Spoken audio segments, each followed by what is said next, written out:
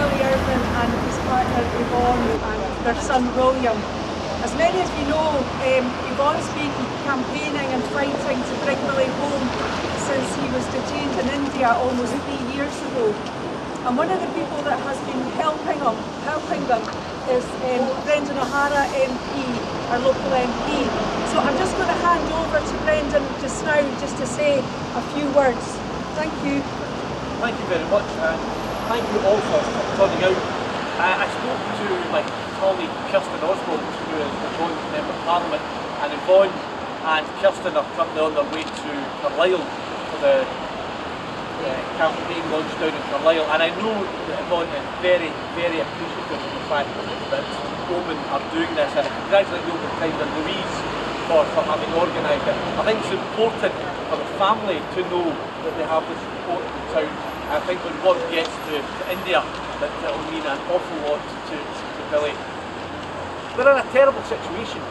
There has been a travesty of justice that's taken place in India, and I think that the finger of blame, much of it has to point at the Foreign Commonwealth Office, who have done little or nothing to secure these men released. I'm sure you're all very much aware of the background, that Billy and his shipmates were part of an anti-piracy team who had to take shelter in Indian waters. We were arrested and we were led to believe it was a formality and they would be released. Now, they are now being caught up in the internal politics of India, and they are the innocent victims, and they are currently languishing in a jail serving 5 years with hard labour. It's an absolutely shocking state of affairs. As early as June of this year, 3, 4, 5 weeks after I entered Parliament, I first raised the case of Billy, and I was invited along with other members of Parliament to meet with the Foreign Commonwealth Office. The Foreign Commonwealth Office assured us that this was before the trial, before the conviction. The Foreign Commonwealth Office assured us that they were doing everything they can and they were confident of the release, and that we should rock the boat, that we should say as little as possible so as not to upset the Indian government, particularly as Prime Minister Modi was visiting the United Kingdom at the end of 2015, and the Prime Minister Cameron would speak to Prime Minister Modi and things would be sorted out. Well, Prime Minister Modi visited Mr Cameron, spoke to him, and nothing was sorted out.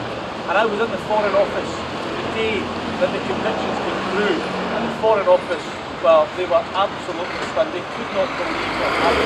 They had misread the signals coming out of India, and the result is that Billy and his shipmates, as I say, are now suffering 5 years in what is a very, very tough Indian prison. What myself and my colleagues have done, my colleague Kirsten Oswald, the MP for East Renfrewshire, we have set up what's called an all-party parliamentary group. Now, this isn't to work against the Foreign Office, but it's to work as independent parliamentarians to raise the profile of the campaign. And that is the first thing we're doing is today in Carlisle with all the other MPs. And so we're not working against the Foreign Commonwealth Office, but we're acting independently of them, because I think it's important that the argument is made beyond the diplomatic channels, that people get a chance to say that this is wrong, that families have a chance to speak to someone in Parliament who can say to the wider public that this is wrong. And we can ask the questions like, why are the Foreign Commonwealth Office not taking advent folk, the people who own the boat, why have they not taken them to task? Why have the American owners of the boat got off scot-free while Billy and his shipmates are languishing for 5 years in a prison, is an absolute disgrace.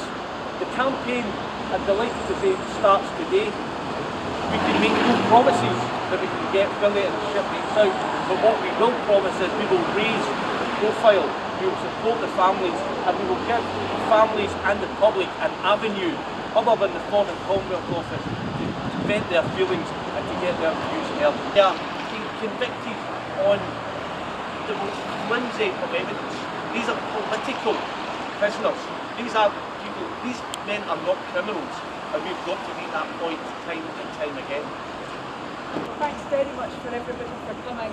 As I said, we've got buckets here if you'd like to donate anything that will go towards helping Yvonne get out to India with William to see Billy, and we'll keep you updated with everything that's going on in the Oban Times. Thank you very much, everybody.